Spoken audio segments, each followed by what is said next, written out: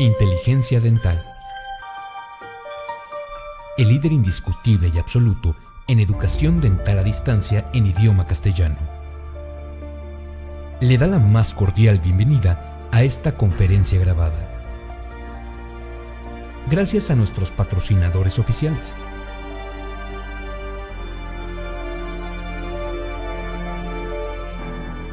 Le ofrecemos siempre un amplio abanico de temas útiles y de actualidad, entregados con alta calidad,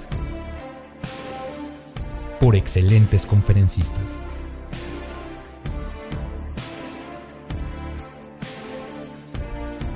Es un placer recibirle en nuestras conferencias Webex en vivo por Internet, con sesión de preguntas y respuestas, o en nuestras conferencias grabadas disponibles en nuestro canal de YouTube.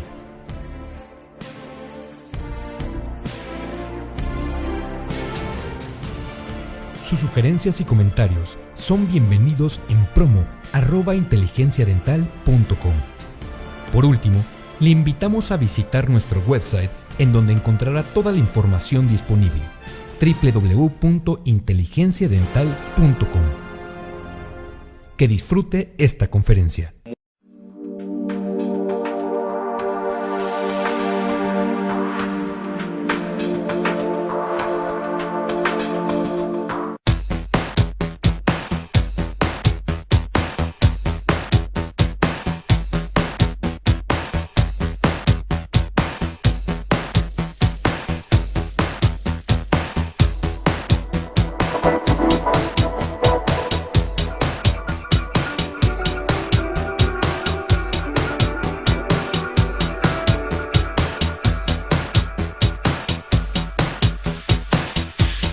Muy buenos días.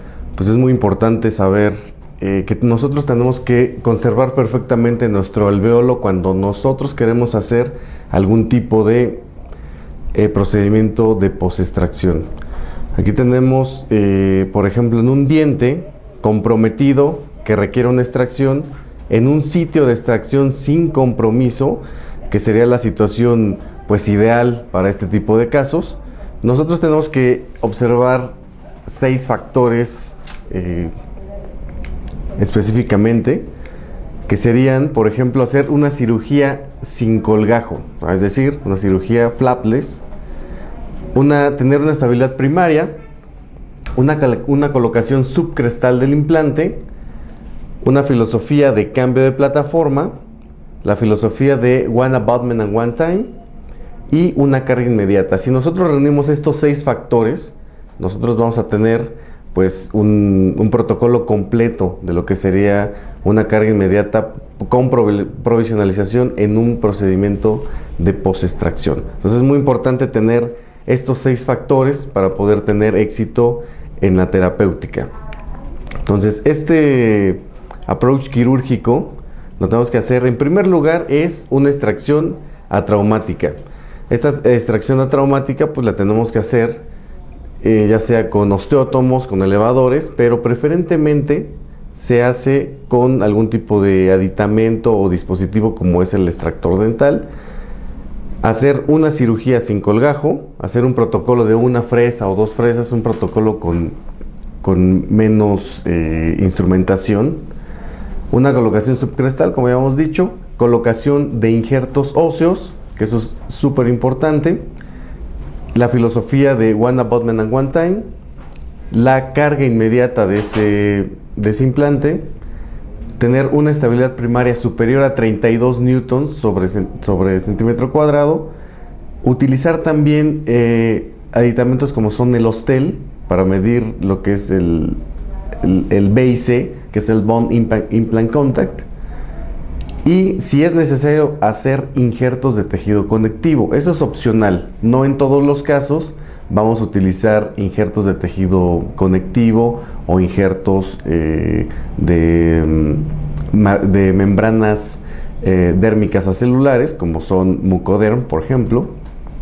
Pero ¿qué es lo que tenemos que saber acerca de este alvéolo cuando yo hago una extracción? Pues hay muchas consideraciones, ya sea anatómicas, consideraciones histológicas, hay muchos cambios dimensionales en cuestión en la cicatrización, Y tenemos que también ver los factores estimulantes para la cicatrización. Entonces, en primer lugar, vamos a ver las consideraciones anatómicas, que es muy importante. El alvéolo pues tiene una forma cónica. Dependiendo de la forma de la raíz, de la dirección de la raíz, del diente, vamos a tener diferentes anatomías pues distintas. Pero en general tenemos que ver la forma y el tamaño del diente, el sitio de la erupción del diente, si es una erupción ectópica o es una erupción que está en buena posición, y la inclinación del diente en erupción. También podemos observar en un corte sagital, como es en este caso, tenemos que ver la posición de la raíz en ese sentido sagital, si está un poco más hacia vestibular, si está en el centro o hacia palatino.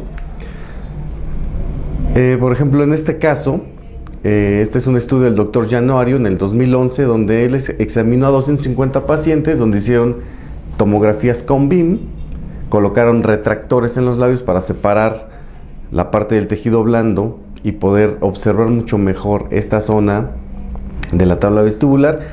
Hizo mediciones en todos los pacientes y en una media llegaron a la conclusión que esta tabla vestibular tiene un promedio, en un promedio más alto de los pacientes, de 0.6 milímetros. Estamos hablando que esta es una estructura ósea pues muy endeble, muy delgada, que podemos tener complicaciones a la hora de hacer una extracción. La mayor complicación de esto es que tengamos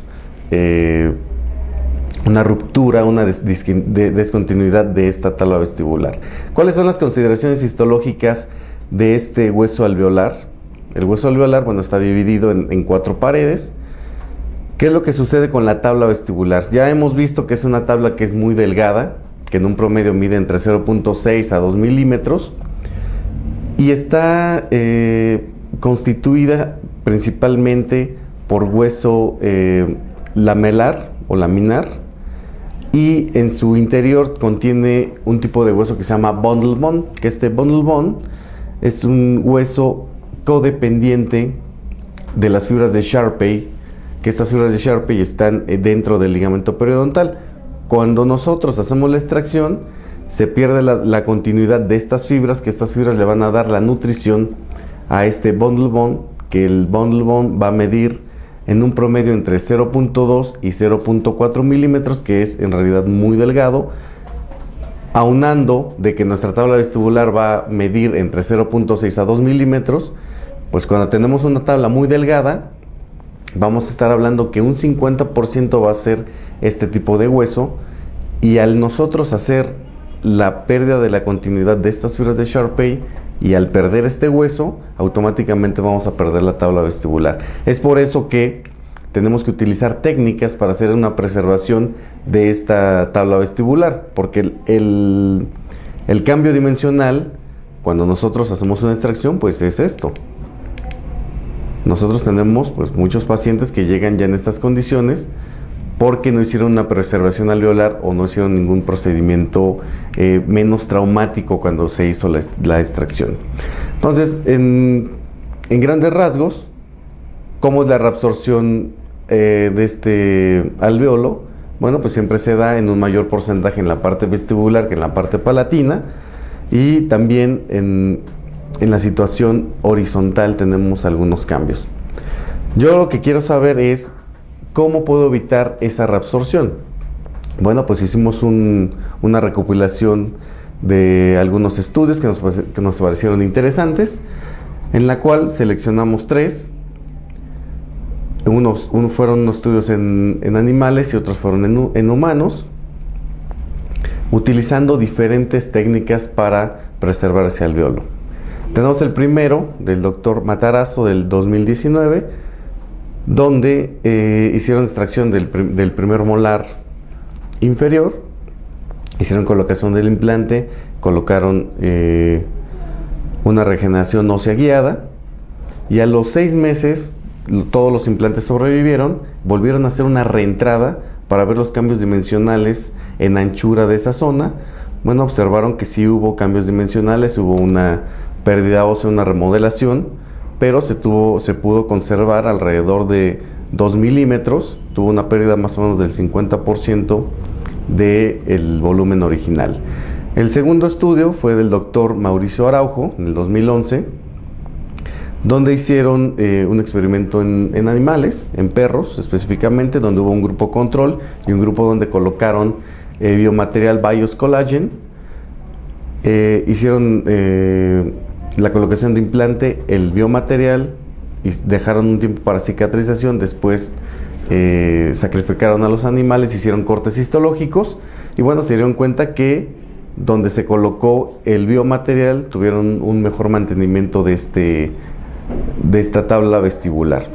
El último fue en humanos, fue en 28 pacientes, en un estudio randomizado, donde utilizaron un grupo control, donde no colocaron ningún tipo de biomaterial, hicieron la extracción, colocaron biomaterial, colocaron una tapita de tejido conectivo, esperaron 4 meses. Después de esos 4 meses volvieron a hacer un COM-BEAM, hicieron los estudios de la tomografía, hicieron cortes axiales, hicieron una medición y se dieron cuenta que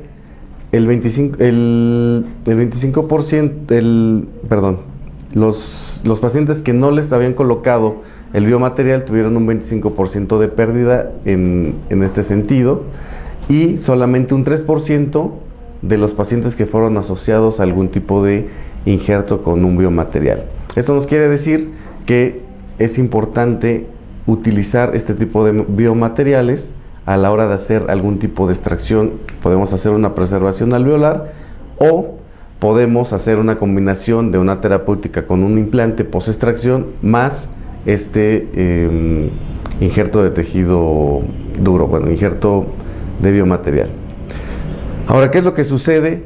Lo más importante de mantener, cuando nosotros tenemos estas 4 paredes, tenemos que ver el tejido blando y el tejido duro. Bueno, si nosotros tenemos estas 4 paredes completas de nuestro alveolo, pues obviamente vamos a tener una mayor estabilidad en todos los tejidos, vamos a tener un mayor número de células promotoras de osteosíntesis, osteogénesis, un mayor aporte sanguíneo, va a ser mucho mejor.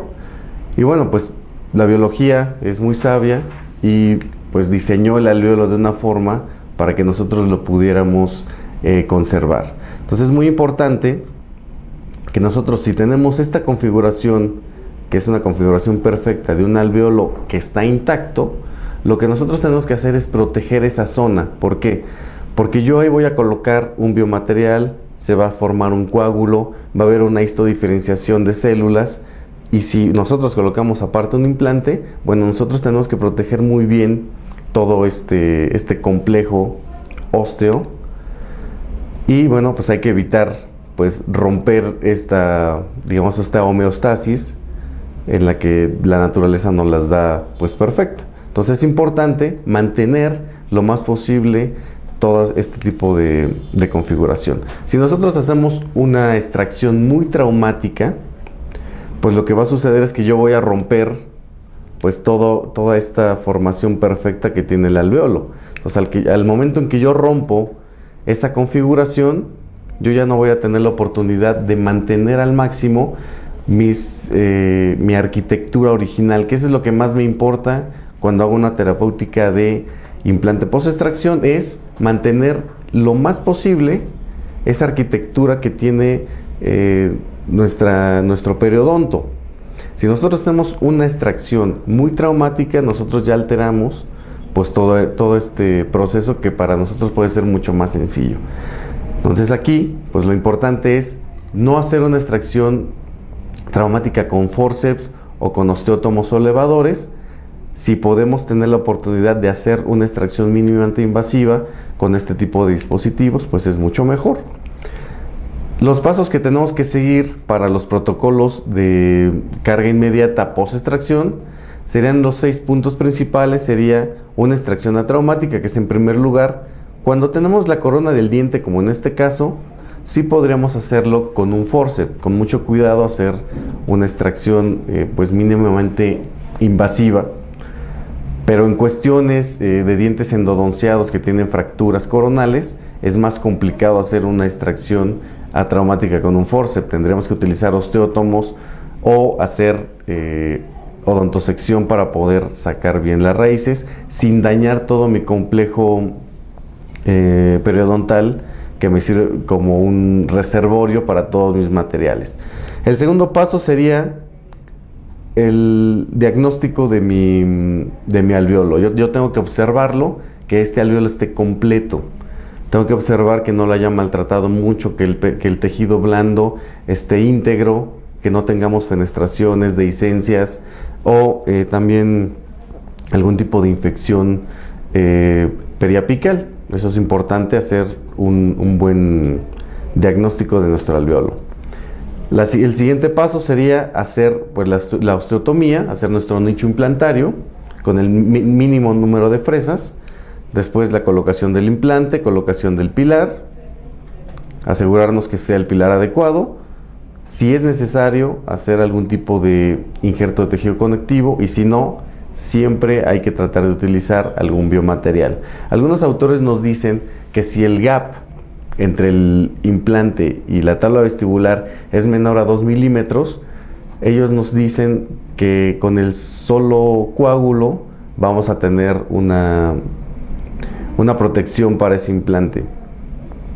En estos casos yo he tenido mala experiencia con eso, entonces yo prefiero, si no tengo suficiente dimensión en un alveolo, yo utilizo un implante más reducido, algún narrow de 3.3, y utilizo este injerto óseo de biomateriales.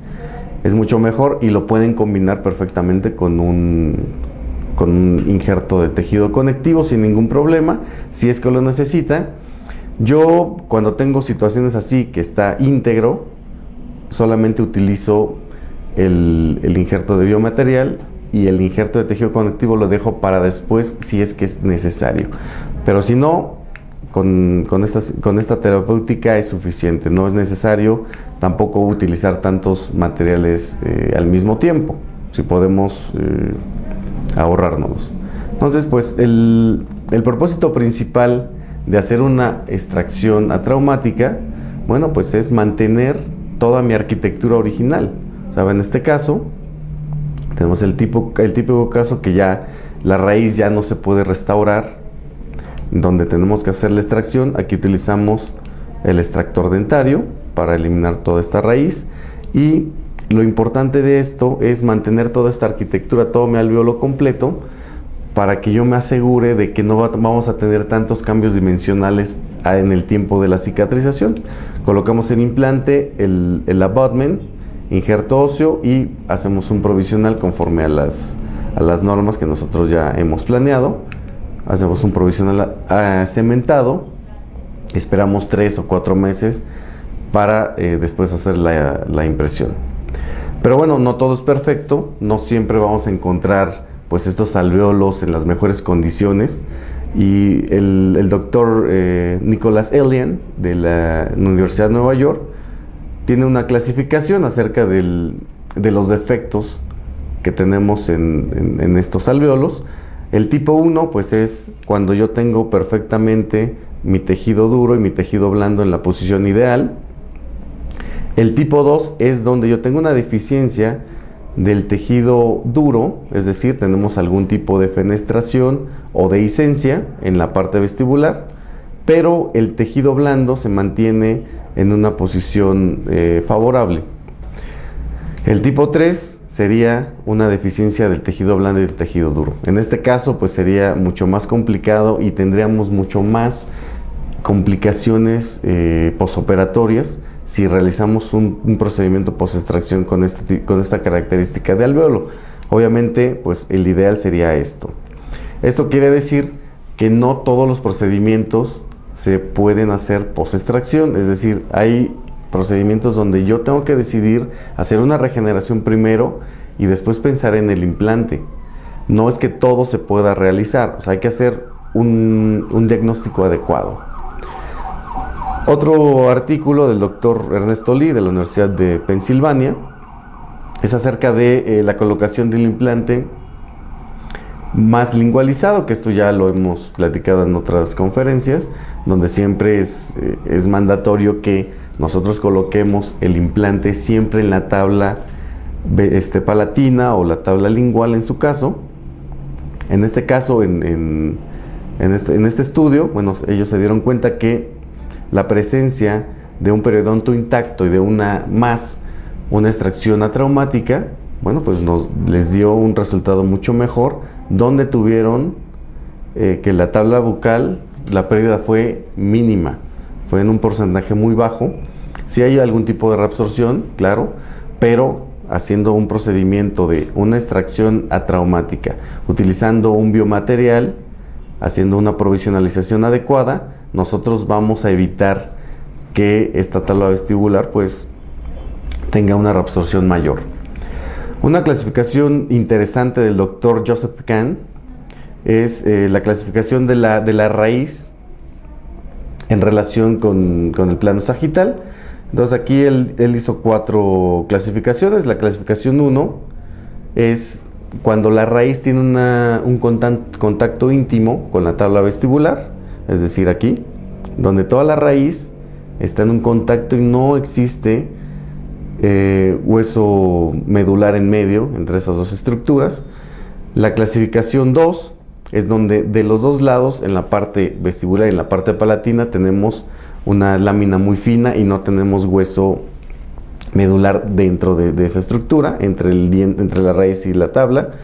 La clasificación 3 es donde tenemos un triángulo con mucho mayor hueso en la parte vestibular, que esta sería la ideal para nosotros, porque si nosotros ya tenemos ese escudo en la parte vestibular, entonces vamos a tener menos problemas de reabsorción.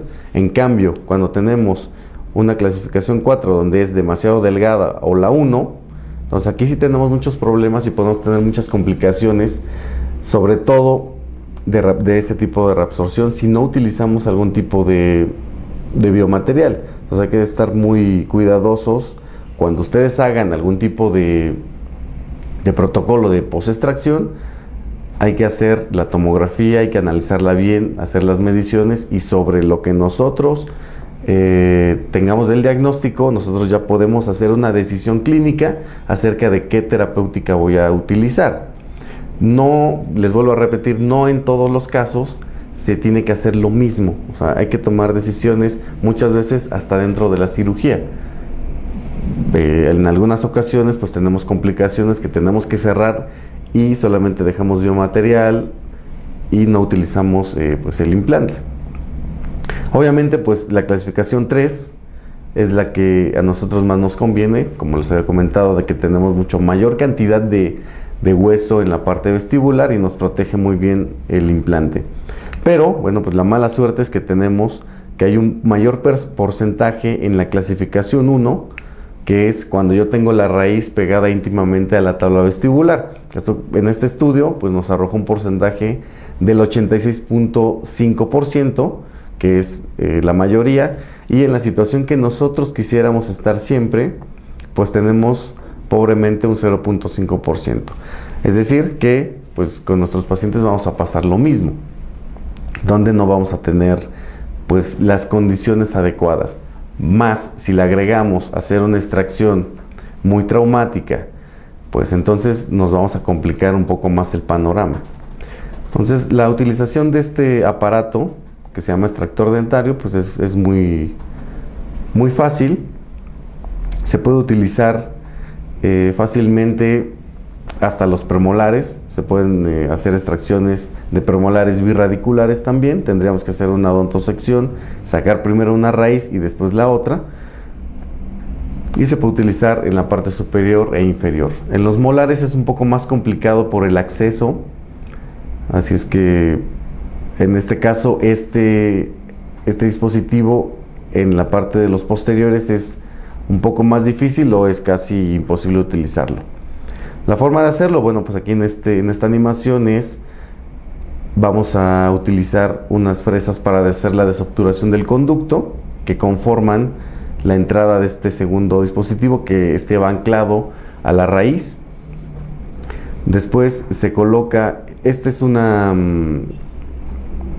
como una cucharilla pequeña que le colocamos silicón, que es un estabilizador, se llama estabilizador oclusal, y después vamos a utilizar esta pequeña es un alambrito, es un alambre de acero muy, muy fuerte, que este va a hacer la tracción de la raíz a través de este dispositivo. Y después la conectamos al dispositivo y vamos a girar la perilla que tiene en la parte de atrás, esta de aquí, la vamos a girar en el uso horario, o sea que hacia la derecha, y entonces el dispositivo va a empezar a jalar y automáticamente la raíz va a ir saliendo. Obviamente tenemos que hacer una luxación mucho antes de la raíz. Con un periotomo tenemos que luxar la raíz, de otra forma no va a salir, se va a romper el diente y va a ser más complicado. ¿Cuáles son las ventajas de este dispositivo? Bueno, pues causa menos dolor al paciente, y lo más importante es que preservamos el tejido duro y el tejido blando mucho mejor. Entonces sí tenemos unas ventajas muy grandes para este tipo. Pero ¿qué sucede con estos dientes comprometidos estructuralmente? Bueno, pues hay que ver si también es posible, y si no, utilizaríamos otra terapéutica. ¿Por qué? Porque en este tipo de dientes donde ya están tratados con muchos endopostes, que ya están con mucha caries, muchas veces el dispositivo no tiene la capacidad de poderlo arrastrar, y es mejor hacer otro tipo de terapéutica. Entre las indicaciones clínicas y los resultados clínicos, bueno, podemos utilizarlo en los premolares con doble raíz, sin problema, como en este caso, ¿lo ven? Tenemos el premolar, lo tengo que hacer una odontosección mesiodistal, después con el forceps lo voy a presionar para romperlo, saco primero una raíz y después saco la otra. Entonces tenemos que utilizarlo de esta forma en las cuestiones de los birradiculares. En la cuestión de los molares les digo que es mucho más complicado. Yo intenté hacer uno, pero no pude meter todo el aparato, estaba muy, muy posterior y es más complejo. Y para los dientes de una sola raíz, bueno, pues es fantástico, es muy sencillo. Vamos a ver este caso, que es un caso que les puede llevar a su consulta muy comúnmente, donde tenemos, bueno, pues la raíz ya fracturada, que ya no tiene ningún caso dejarla. Entonces primero utilizamos esta fresa para hacer la desobturación, después colocamos la segunda parte que va a ser un anclaje directo en la raíz. Tiene un maneral, ese lo vamos a dejar lo más duro que se pueda con los dedos. Hay de diferentes, este es de 2.1 para conductos más anchos, y también existe uno de 1.6 milímetros para conductos un poco más delgados, por ejemplo de incisivos inferiores o de incisivos laterales, que son mucho más estrechas el conducto. Después vamos a colocar la segunda parte.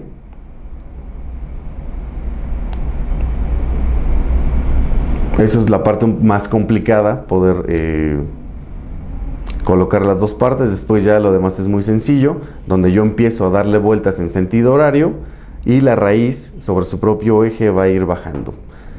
Es más complicado cuando tenemos un diente en una mala posición, o que tenemos laceraciones, dilaceraciones en las raíces, o cuando tenemos alguna anquilosis ya muy fuerte. Es mucho más difícil y a veces se rompe el diente, pero sale muy bien, sale perfecto, sin ningún problema.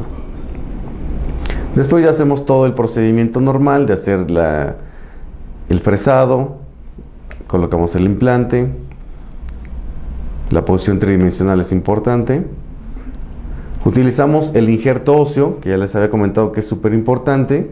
En este caso, para este tipo de pilares, que son los pilares estándar, universales, tienen una línea de cementación, que esta línea de cementación es hasta donde va a llegar nuestra corona provisional en este caso. Yo lo que hago es colocar el injerto óseo hasta esta línea de cementación.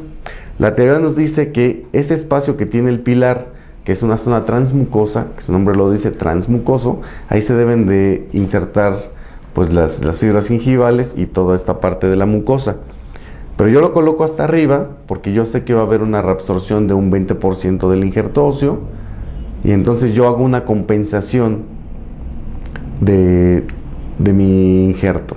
Entonces eso me proporciona una mayor seguridad y al mismo tiempo, bueno, pues yo le estoy dando una mayor fuerza al tratamiento. Entonces es la forma en que nosotros lo vamos a colocar. Vamos a hacer una mezcla de bovino con fosfato tricálcico. Esa es una mezcla que a mí me gusta. Lo vamos a hidratar. Se puede hidratar con suero fisiológico o se puede hidratar con algún tipo de plasma rico en plaquetas, etc. Eso ya es a su elección. Entonces vean los resultados. Yo lo que hago es colocarlo entre el implante y la tabla vestibular, y entre la tabla y la mucosa. Yo le hago una pequeña abertura sin despegar el periósteo y lo meto en las dos partes como si fuera un sándwich, dejando la tabla vestibular en medio de los dos injertos. Entonces aquí vemos el día 0, el día que hicimos el tratamiento, y a las 12 semanas ya el implante ya está integrado, ya se está cicatrizando todo, y lo más importante es que mantenemos bien los tejidos blandos vestibulares, que eso es lo más importante en este caso, porque como sabemos que la tabla vestibular es tan delgada y tiende a la reabsorción a la hora de que nosotros eliminamos las fibras de Sharpey, pues nosotros estamos parando ese fenómeno. Entonces hacemos dos cosas al mismo tiempo. Cambiamos el biotipo gingival, el biotipo periodontal, porque los vamos haciendo un poco más grueso. En personas que tienen un biotipo gingival fino, cuando nosotros hacemos esta terapéutica de colocar ese escudo con el injerto óseo, pues hacemos un cambio del biotipo gingival, automáticamente lo hacemos más grueso. Y otra cosa es que estamos haciendo un acondicionamiento de nuestro perfil de emergencia, de este tejido blando que ya está en progreso, ya que ya se me está formando perfectamente mi perfil de emergencia. Nosotros los dejamos 6 meses con un provisional, y a los 6 meses nosotros ya hacemos la impresión final. Eso es para que madure perfectamente todo el tejido blando y el tejido duro, y no tengamos esos cambios dimensionales que suele pasar, que a veces hacemos la corona un poco más rápido y tenemos pequeñas recesiones, o los cambios en el tejido blando son muy notorios y nos apresuramos pues con este tratamiento. Entonces vemos radiográficamente, como les digo, que yo coloco el injerto óseo hasta la línea de cementación, y así yo protejo perfectamente mi implante. Este es un implante que colocamos previamente hace muchos años. Vean la diferencia de esta saucerización, lo podemos decir, y en el otro lado, bueno, pues no tenemos un cambio dimensional óseo. Entonces es muy interesante ver las filosofías de los implantes, de un implante que es un cono Morse y un implante que es una conexión interna hexagonal, que bueno, se ha demostrado que es la conexión menos estable, la conexión que genera mucho más bacterias. Por eso ya muchas compañías lo están sacando de su lista de material. Entonces vean cómo tengo ya aquí tenemos hasta un problema infeccioso, y aquí ya está resuelto, y aquí lleva 3 meses. Todavía lo dejaremos un poco más para que todo el tejido madure. Ese pilar ya no lo cambio porque estamos utilizando la filosofía One Abutment and One Time. Entonces ese pilar ya no lo cambiamos. Entonces vean, en la otra corona la cambiamos. Vean la diferencia del pilar. Algo importante es el cenit del implante. Uno está más bajo que el otro. Eso significa que se ha mantenido mucho mejor lo que es el periodonto, el hueso, etcétera. Entonces el siguiente caso es el mismo que habíamos visto al principio, donde bueno, hacemos la extracción, hacemos todo el procedimiento de extracción, colocación de implante, colocación de injerto óseo. No colocamos ningún tipo de tejido conectivo ni dermis acelular, y bueno, tuvimos buenos resultados. Hacemos la extracción atraumática, lo más atraumático posible, colocamos implante, colocamos el provisional el mismo día, provisional cementado, y al cabo de los 2 meses el implante ya está integrado. Y vean toda la parte vestibular, que hemos mantenido perfectamente todo ese grosor y esa arquitectura original, que es obviamente nuestro objetivo principal en este tipo de terapéuticas, porque generalmente siempre tenemos problemas con esta zona. Es una zona muy crítica donde nosotros no utilizamos un injerto óseo, pues vamos a tener ese cambio dimensional que ya habíamos estudiado anteriormente. Hacemos la impresión, una impresión normal con esta cofiecita, dejamos el mismo pilar y realizamos una corona metal cerámica básica. Este es un tratamiento muy sencillo, es económico de hacer, el paciente lo puede hacer en 3 citas solamente, porque nosotros cita 1 sería extracción, colocación de implante provisional, cita 2 sería toma de impresión y cita 3 sería la colocación de la restauración final. Entonces vean, el tejido periimplantar está bastante bien en comparación de los dientes vecinos.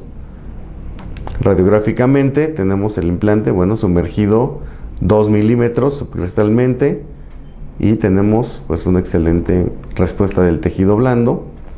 En la tomografía podemos observar también que mantuvimos perfectamente esta tabla gracias a que hicimos una extracción atraumática más la colocación palatinizada más el injerto de biomaterial. Pues todo eso es muy importante saberlo aplicar. Por último, la cuestión de la cementación. Eso es muy importante porque muchas veces tenemos ya todo perfecto, tenemos el implante integrado, la selección del pilar perfecto, pero tenemos el error de colocar demasiado cemento. Es por eso que las tendencias a hacer coronas atornilladas siempre se han mantenido, porque al no tener cemento, bueno, pues es mucho más seguro para los tejidos periimplantarios. Pero en este caso vamos a ver cómo se hace la cementación de estas coronas definitivas. Nosotros lo hacemos siempre con cemento temporal. Hemos visto que este cemento temporal nos ha durado en los pacientes más o menos unos 5 años sin que esta corona se desaloje.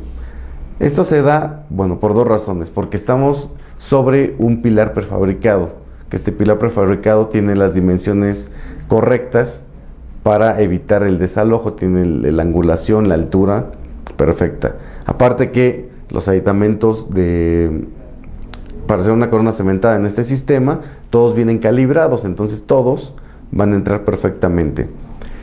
Vamos a utilizar una pequeña cantidad de cemento, es apenas una gotita, que con el explorador lo vamos a colocar solamente 1 milímetro 2 en la entrada en la parte cervical de la corona.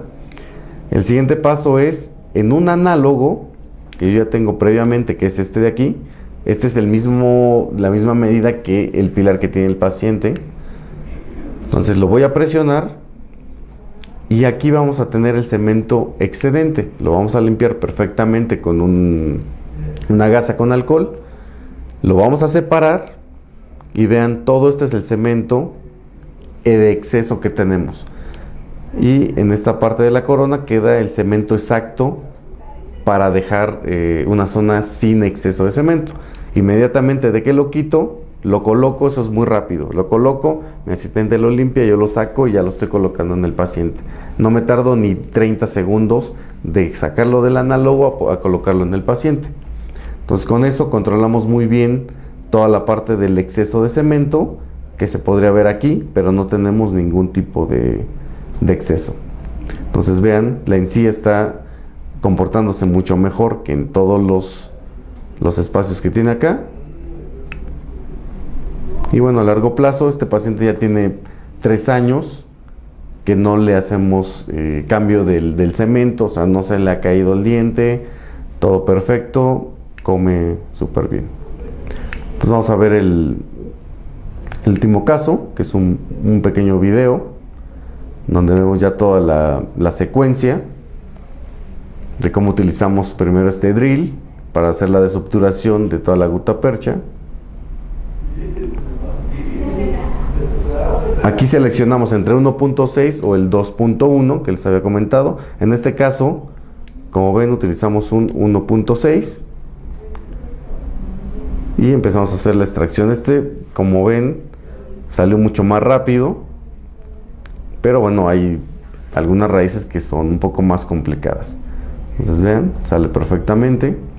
Y todo mi tejido lo tengo que analizar con una sonda UNC15. Yo lo que hago es hacer medición entre la cresta ósea y mido todo el tejido blando y examino perfectamente, le paso toda la sonda para ver si el hueso está continuo, si tiene alguna fenestración, dehiscencia. Entonces en este caso, si yo no encuentro ningún tipo de defecto, bueno, pues yo estoy seguro que tengo mis 4 paredes y puedo hacer mi terapéutica sin ningún problema. Hacemos nuestro fresado palatinizado siempre. Colocamos un implante de 3.5 aqua. Volvemos a verificar este espacio que se llama jumping gap, este espacio entre el implante y la tabla, donde nosotros vamos a rellenar de injerto óseo. Entonces verificamos con la sonda todos los espacios alrededor. Hacemos una selección del abutment. Este es un kit de selección protésica, donde yo puedo, antes de abrir la bolsita del abutment, yo puedo seleccionar la medida exacta del abutment, tanto en la parte de la línea del cemento hasta apical y la transmucosa. Entonces ya hacemos la selección, utilizamos 2.5 de altura transmucosa. En este caso utilizamos otra técnica para colocar el injerto óseo, pero vean cómo el injerto queda muy bien contenido, no se sale. Lo que hicimos fue colocar un tornillo de cicatrización, después utilizamos esta una Allegra de Allen, la número 2, y lo que hacemos es empacar perfectamente, porque este espacio es muy pequeño, entonces necesito un instrumento muy fino. Este instrumento mide más o menos 2 milímetros de ancho y es muy finito, entonces podemos meterlo ya sea entre el jumping gap, que es entre el implante y la tabla, o de la tabla a lo que es la encía.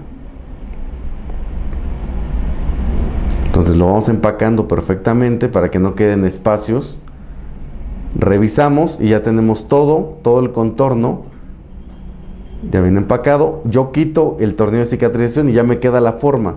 Entonces aquí hay que tener mucho cuidado en no meter el injerto a la conexión, porque si no, entonces tendrían que sacar todo el injerto. Entonces esto hay que hacerlo con mucho cuidado, es la parte más complicada, colocar el injerto entre las paredes.